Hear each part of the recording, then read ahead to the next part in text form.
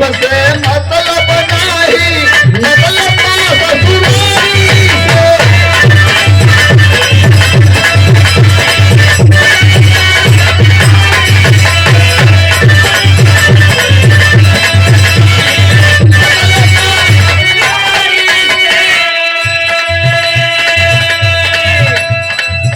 माई बाप से मतलब नहीं, मतलब मेहरारू से।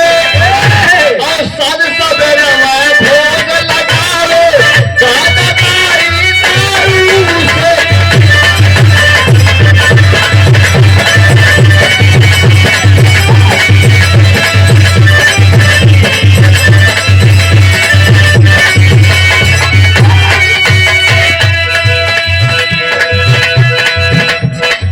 अतरे कोलिया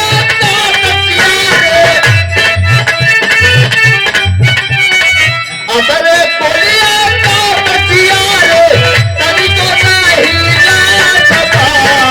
जय हो दारू जय मेहरारू, जय हो दारू जय मेहरारू, यही दोनों कहना जय हो दारू जय।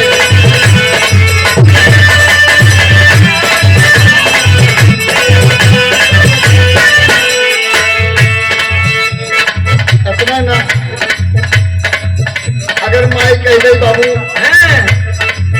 कहीं जाके बहन का हाल चाल लेके उठे, कहे जा माई बेटा हाल चाल मिलना हमके।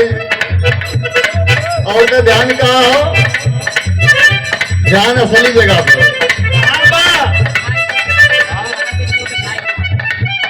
अच्छा, दुल्हा के छोटे भाई अली साहबाला भैया की तरफ से 21 रुपया आशीर्वाद।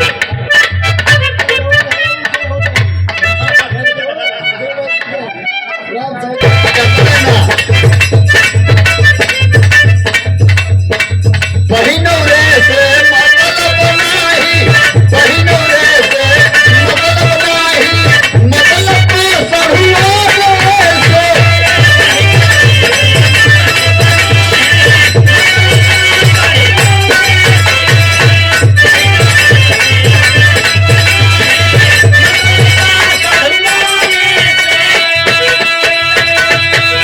ससुरारी में डेरा डाले, ससुरारी में डेरा डाले, घर से जाए बाहर गए।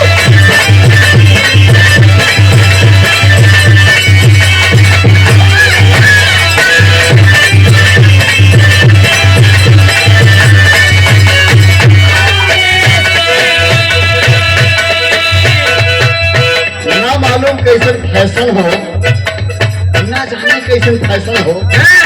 पहले के मर्द हैं, पहले के लवंडर हैं, रेखिया उठान मोछर पाना, छोटे छोटे रहे लेकिन क्या नौकरी मोछ। और का आजकल के देखबा तो पूरा सफर चल। देखा जैसे मेहरारू कैसे बनहु लौकत है, जैसा जोतर खेत चार बाह हैंगावल रहे, चार बाह हैंगावल रहे, चिकना पलस्तर रहे।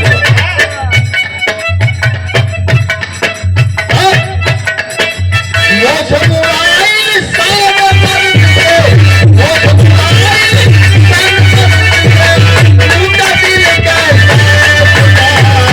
जय हो दारू जय मेहरारू, जय हो दारू जय मेहरारू, यही दोनों कहना जय हो दारू जय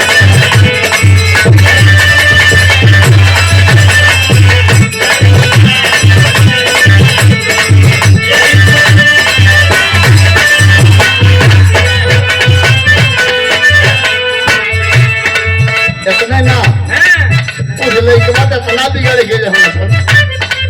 माई बाबू अगर कह देने बेटा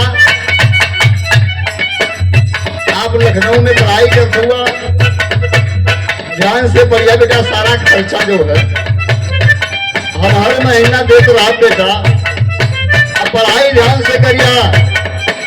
लड़का कल हाँ हाँ पापा ठीक बा, दिक्कत मतलब हमारी पढ़ाई बिल्कुल नंबर 1 पे हो। गौवा करत का हमें